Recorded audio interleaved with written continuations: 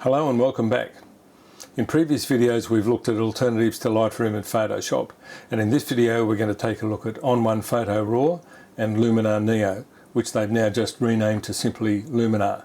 And we're going to have a look and see whether they are a real competitor for Lightroom, what they cost, what they can do, what they can't do, and whether it's worth your money to spend on buying one of these programs. So let's jump in and take a look.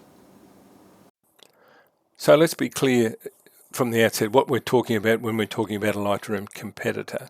We're talking about a program that does the initial processing of a raw file into a viewable image, does global adjustments and processing, does selective adjustments, has some form of a catalog system, and ideally has some form of collections or something like that, and that can also export our files in a number of different formats for use in other programs like Photoshop or Affinity or etc. And one thing is certain, having looked at a lot of these programs, is that every raw processing package treats images in a slightly different way. So how your image might look in Lightroom will probably look something a little different when you open it in another program, and that's because each of these software developers have a slightly different way of treating that raw data and turning it into a viewable image. So let's have a look at the first one, which is On1 Photo RAW, and bearing in mind that if we're looking at alternatives to Lightroom, of course you can only buy now as a subscription model. And if you're on the photography plan, talking in Australian dollars, if you're a new user wanting to take up a subscription, you would be looking at paying $31 Australian per month, which is $372 a year. If you've been on one of the older programs, as I have, it's quite a lot less, but it is still $192, nearly $200 a year. And strangely, if you just wanted to get Lightroom only, you'd be still looking at about $19 a month or $228 Australian per year to subscribe. So, and you're going to pay that every year that you keep your subscription alive. So when we come to talk about alternative programs, and we're going to talk initially about On1 Photo RAW, it's a program that you can buy, and it is at a price for let's just see, $163 for a perpetual license. So in other words, it's a lot less than Lightroom is for a single year subscription, and you own it forever. So that's a big bonus to start with. So let's have a look and see what the features are and what we can do. So this is the interface you get when you open On1, and once you've identified where your files exist, it's more of a file browser than a catalog system, although you do have the option of adding things into albums, which is a bit like a collection system, but primarily it's a file browser. And initially it's going to take some time to index your files and to look at thumbnails, and of course that will take a little bit of time to generate. So if I went back to my grid view here, I've got all of my files here. Now, because I've used a Lightroom catalog where I've written all of the data into a separate XMP file, On1 and other programs will read that information and apply things like star ratings and, in some cases, some processing steps, and so that you can read those things from your existing files. Now, if you're using a Lightroom catalog and you're not using that feature, you won't be able to see any of that, and you'll have to go through and make some decisions on the way. Now, as I mentioned, On1 costs $163 for a perpetual license. There is another version called On1 Studio that includes some other tools, but that is a subscription-only model. So for the purposes of this exercise, I'm looking at this from the point of view of someone who doesn't want to pay subscriptions, just wants to buy a package that they're going to use, and what can we do with it? So we have a file browser of sorts, we have a preview, and we can go then into look at the processing, and we have a little toolbar on the left, and we can click on the edit settings, and then it takes us into the workspace where you do your image editing. So in the editing section, we have a series of tools down the left-hand side. We have a shortcut button that takes us to other options within the program. We have a crop tool. We have what they call a transform tool, which is useful for resizing and dragging objects.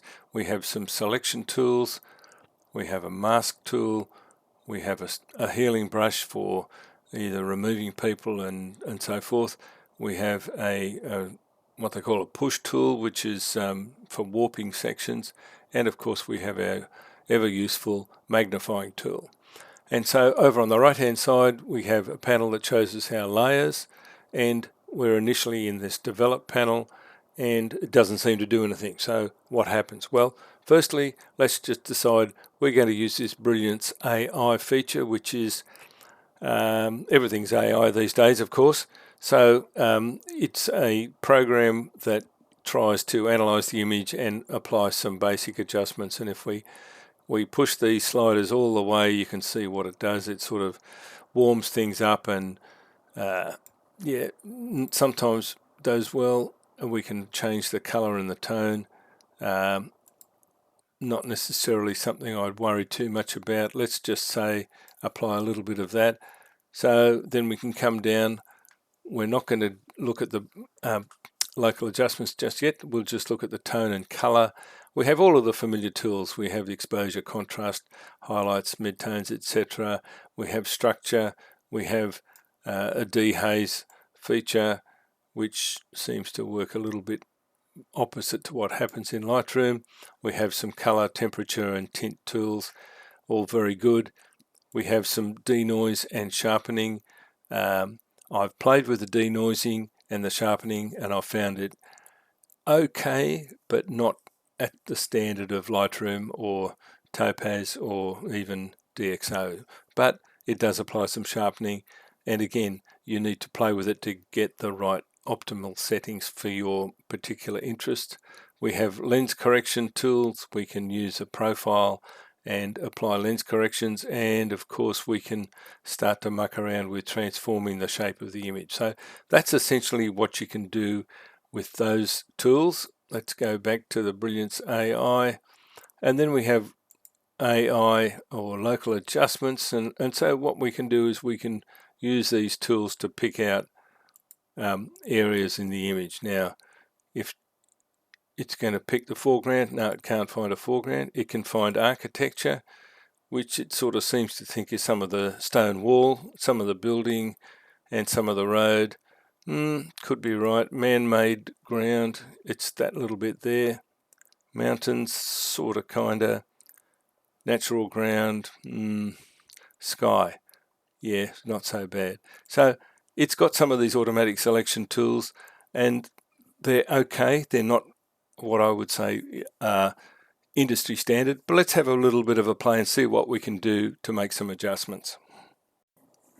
So here's the image after I've played around with the adjustment settings under the tone and color, the AI brilliance, and the noise and sharpening. So we can see here before and after. Yes, it certainly made a difference to the image, and if we zoom in, we can see the effect of the sharpening and how it's brought out some of the detail. So yep, all good so far. So that's how that works. Let's have a look now at the selective adjustments and how they work. So now let's look at how we would apply a local adjustment. We go into the local adjustments panel, we click on add an adjustment, we get a tool here that asks us where we want to mask. Let's try this famous mask AI again, and let's say, well, let's just assume that we want to adjust that architecture. What of course we have to do is I didn't do, I click on architecture and apply, and it creates a mask on that area, and then you can see here that I've made some local adjustments. Now, what I'm not entirely confident with is how we then tweak those selections, because you've got a brush tool, and I guess if you use the Alt key you can undo, and certainly that sort of works. But then if you want to make another adjustment, I click on here again and we make yet another adjustment. in another area. So it works selectively. However, let's just go to the sky. Let's apply that to the sky. And yeah, we want to darken that, maybe not quite as much as that. We want to add a bit of contrast and maybe a little bit more of the structure or the dehazing, something like that. And you need to then move that around. But what I'm not entirely convinced of is if we get out of that now and we go back to our magnifying glass tool, how effective those selections are. And they're reasonably good, but of course you've got a bit of a halo here, so they do need to be able to be modified a bit, and that's something that needs to be worked on. But certainly if we look at this now, it certainly does work. Here's my before and after slider. Certainly made some definite improvements to the image. We can then go into the effects area, and this is where it gets a little bit crazy, because what we want to do is just add some nice treatments to the image. But let's just say, well, let's go for the bleach bypass, and you see here you've got this quite a strong effect. Whoops, I'll just try and move that back in and zoom backwards and forwards. You can see that it's quite dramatic. You've got the amount slider, and you've got a whole lot of other filters that you can apply. Now, these are all pretty much presets. I'm not entirely sure that I'm a great fan of all of those, but that's another option that you have available. You can do a sky replacement, and that just uses someone else's sky, so I'm not a fan of that at all. And then you've got some other portrait settings, but obviously there are no people in this image, so it's not going to find anyone, and it'll spend days trying to find people in the image. But certainly it works to a point, and then we've got our export options as to how we can then send it off to another program and work with that. So let's have a look at the export options and see how they work. So let's look at how the export options work and see how that is effective or not, as the case may be. So here we are, we have some different options here with presets which have been set up. You can then do some renaming, and you have various options. You can export it as JPEG, Photoshop, TIFF, PNG, DNG. You've got your color space, your bit depth. You can save layers or flatten it. You can resize it. There's quite a lot of comprehensive options here for resizing it and exporting it, and of course you can save those presets. So that's quite effective. So where do we sit with On One Photo RAW? Well, overall for $163, it's not a super cheap program. It's fairly effective. I think the denoise and sharpening could be a little better, and the masking I think could do with a little bit of improvement, but essentially all of the basic tools are there. And I think other than these preset filters and effects, I think overall as a raw processing package it does a reasonably good job. Certainly not to the standard of Lightroom or some of the other packages we've looked at, but certainly does quite a good job. So let's just summarize On One Photo RAW. Purchase price $163. There is the full version, or called On One Studio, which is currently $238 per year as a subscription, which I think would be too expensive. It's in Photoshop and Lightroom territory. I think that's overpriced for what it does, but the package as it stands is a one-off purchase price. It does a fairly good job. I think there are some areas that could be improved, but it does quite a reasonable job. I think that like any of these packages, there is a certain learning curve with how you use the tools and how you work with it. And as someone coming from another software package, if that's you looking at taking on one of these others as an alternative, there will be a learning curve and a period in which you're going to be learning how best to make use of the package. But overall, not a bad package. Let's now look at another one and we'll get an idea of how that works. And now for our second package we're going to take a look at is a program called Luminar, which used to be Luminar Neo and is now just called Luminar to make it simple. And so we've opened up the package, and of course what we get into initially is a file browser. You can make a catalogue of sorts from this. I haven't done that because I already have a Lightroom catalogue that I use as my master reference file, and I don't want to get too tied up with making a new catalogue here. But you certainly have the option of browsing through your photos, and let's go back to the same image that we worked on previously. We can go into that, and we can go into the edit menu, and of course it's very similar in a lot of ways to On One. We have a layers panel on the left hand side, which I find is a bit confusing. We've got a film strip here, and then of course we've got all of our essential tools down here. Now we have here image quality tools, we've got denoise, sharpening, we've got these develop tools and so forth, and then we've got then some of their filters. Now this program is more designed around using shortcuts and presets to make image adjustments, but let's have a quick look and see how it works. So let's just look at develop. Let's just, well, okay, auto adjust, see what that does. It thinks about it. It's okay. Let's just turn that off. Yes, it's darkened the sky down a bit and added a reasonable amount of detail into the sky, but the image still looks pretty flat. So we'll need to do a little bit of more work with that, adjust the exposure, build up a little bit of contrast perhaps, and then we can come down to color, and it's all fairly intuitive. You can look at the color, temperature, tint, saturation, vibrance. Well, let's just adjust the vibrance a little bit. It still to me looks a little bit flat, and then you have a sharpening slider, which without being able to see the image at 100% or even a before and after view is a little bit problematic, because you need to be able to see what you're doing. So we do have an option here for a split screen view, and as you can see, that's way over sharpened for most people's taste, including mine.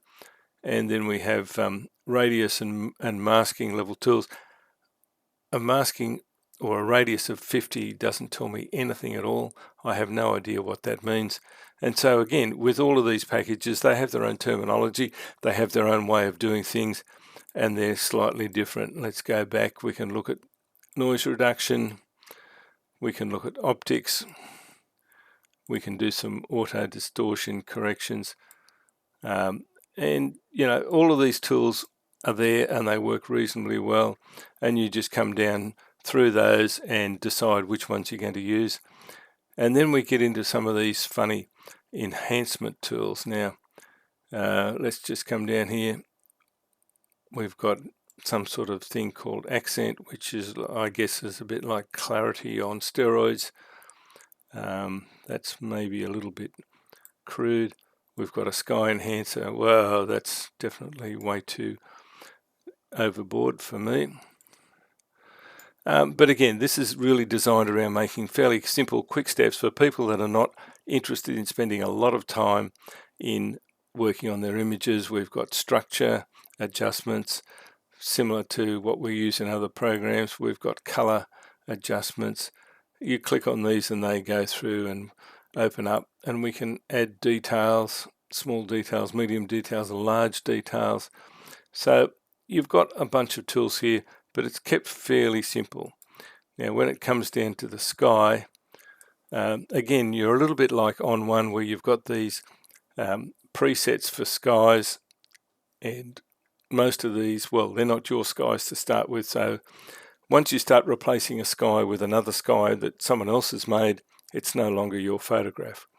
But certainly these tools work reasonably well, and we can come in and look at some more of these tools. Let's get rid of those. Now this is where it gets a bit tricky. I don't really want to go into skies, so let's just turn that off. If I knew how to turn that off, it doesn't seem to want to work, so let's go and choose one of the others. There we go. So we have all these various filters and enhancement tools, some of which are better than others. And if we keep scrolling all the way down, we have some portrait tools, and then we have something called professional tools, which is really interesting. We have a super contrast tool, a color harmony tool, dodge and burn, and a clone tool. So with the clone tool, you've got some tools there for doing some fairly basic patching. We do have some other tools here. We've got some other tools to locate them. We can do some HDR merging, focus stacking, panorama stitching, and of course we have some export tools. Now we've got some quick export tools, TIFF, JPEG, and I'm sure you can work on those and come up with some extras. And then what extras have we got? Well, we've got this generative erase, generative swap, generative expand. You can do some upscaling, and then there were those merging tools. So yes, there are a fairly comprehensive range of extra tools. This one is designed more as a tool for quick adjustments for people that don't want to spend a lot of time masking and blending images. So we've got a couple of options. We have all those basic adjustment tools. We have some preset filters. The sharpening and denoising, I think, again, is treated as a bit of an afterthought rather than a mainstream part of the image processing. And we have a number of different formats for exporting. But when I come down to use this program previously, I found it fairly slow to actually perform the processing. So we've got all of those tools, but what about the selective adjustments, the things that we would apply mask to? Now, the problem is you come into the develop module, you've got all of these adjustments. You can apply masking by clicking on this area, and we can say, well, look, let's just do a radial gradient, and we can see where the effect is going to be applied. And there we go. We've got develop. And what are we going to do? Well, this is where it gets a little bit tricky, because here's my adjustment. You can see, I can see the mask and I can see the adjustment, but I can't see them both at once. So yes, it does work. You've got a fair bit of control, and each time you go into one of these areas, you can apply a mask, but you can't necessarily apply multiple masks to apply the same sort of adjustment to different areas. So there's a little bit of a limitation on this. And the one thing that really stands out in using this program for a little while is that it is painfully slow in processing. I went down a few rabbit holes in different filters, and I was waiting and waiting and waiting and waiting for it to finish processing, and when it did, it looked horrible. So I tried to use the edit tool to remove those edits, and I thought the program had frozen because it just took so long to revert back to what it had done before. So that's a little bit of a downer on this particular program. It does a lot of things fairly well. I don't necessarily like all those preset filters and the way it works with these things. I think they're a little bit gimmicky. But overall, what are we looking at? We're looking at a program that's $179